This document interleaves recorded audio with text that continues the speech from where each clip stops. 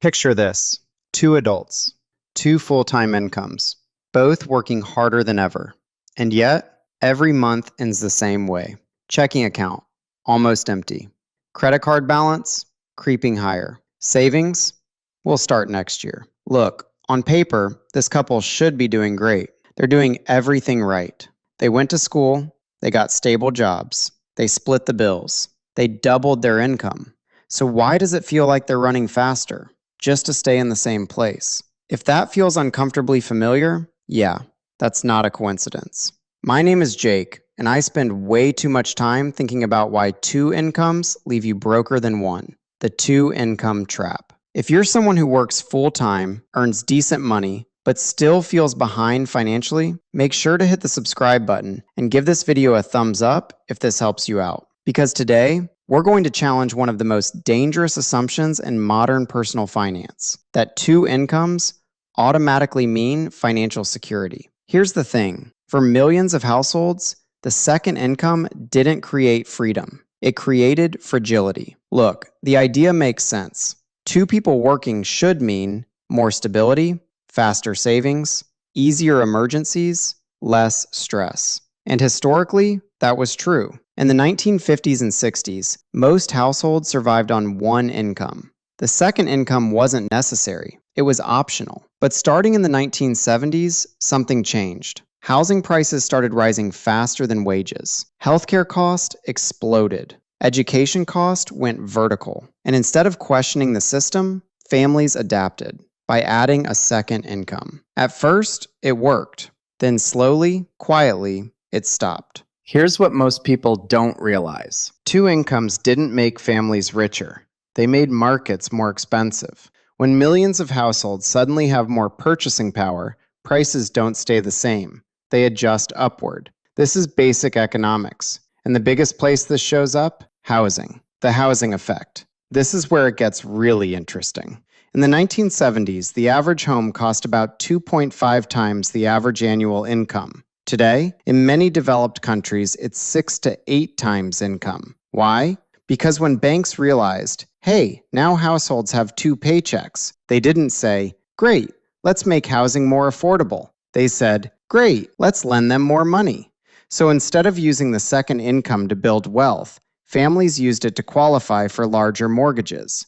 The second income didn't go to savings. It went straight into the price of the house. A simple math example. Let's make this painfully clear. Imagine a single-income household earning $60,000 a year. They buy a modest home. Mortgage, taxes, insurance, $1,200 per month. Now enter the two-income household. They earn $60,000 plus $60,000 equals $120,000. What happens? They don't buy the same house. They buy the $2,400 per month house. Same lifestyle, same margin, double the risk. That's the trap. The second income gets pre-spent. Here's the brutal truth. Most two-income households don't save the second income. They commit it before it even arrives. Bigger house, nicer car, better neighborhood, private school, higher expectations. So now both incomes are required just to maintain baseline life, which means if either income disappears,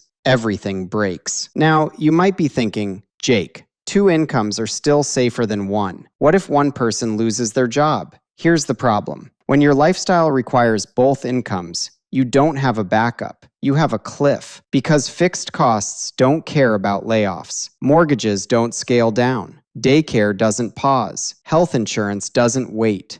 And this is why, statistically, two-income households are more financially fragile than they appear. A Federal Reserve survey found that nearly 40% of households earning over $100,000 still can't handle a $1,000 emergency without debt. Let that sink in. The daycare paradox. This one hurts. Let's say both parents work and earn $60,000 each. Sounds great. But now add childcare, $18,000 per year. Commuting costs, $6,000. Higher taxes, work clothes, meals, stress. Suddenly, that second income isn't $60,000. It's closer to $25,000 net. And that's before burnout, before missed childhood moments, before the invisible emotional tax. Psychology, lifestyle inflation. Here's what's really happening under the surface. Humans adapt quickly. When income rises, expectations rise with it. You don't feel richer, you feel normal again. So instead of, we have more margin, it becomes, this is just what life costs now. That's lifestyle inflation. And two incomes accelerate it. Social pressure makes it worse. Look around. Your peers have nicer homes, go on better vacations, drive newer cars. And because you technically can afford it, you feel like you should. Nobody wants to look like they're falling behind. So the second income quietly turns into a performance tool. Debt loves two incomes. Banks love two-income households because debt approval is based on income, not resilience. They don't ask, what happens if one income disappears? They ask, can you make the payment this month?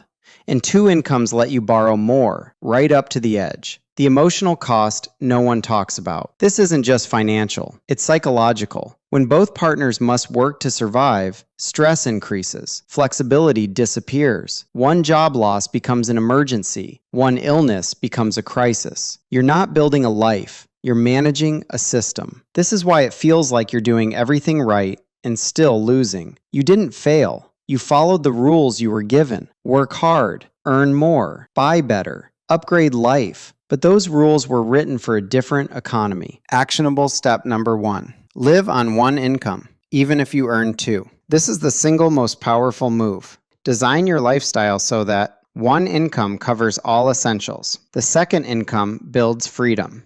That means smaller housing, fewer fixed costs, less debt. This is how resilience is built. Actionable step number 2. Turn income into optionality. Savings aren't about returns. They're about options. Emergency fund, skill development, career flexibility. The goal isn't early retirement. The goal is not being trapped. Actionable step number 3. Question every upgrade. Before spending more, ask, does this reduce stress or increase dependency? If it requires both incomes forever, it's not an upgrade, it's a liability. Two incomes are not the problem, dependency is. If you control your lifestyle, two incomes can be powerful. If your lifestyle controls you, two incomes become a cage. Here's what most people don't realize. Wealth isn't built by earning more, it's built by needing less. And the real flex in today's economy isn't a bigger house or a nicer car. It's the ability to walk away. If this video made you rethink how money actually works in real life, not just on paper, subscribe to the channel. This channel is about financial systems, not financial fantasies. And if you know someone who's working harder than ever, but feels more stressed than secure, send them this video, because understanding the trap is the first step to escaping it.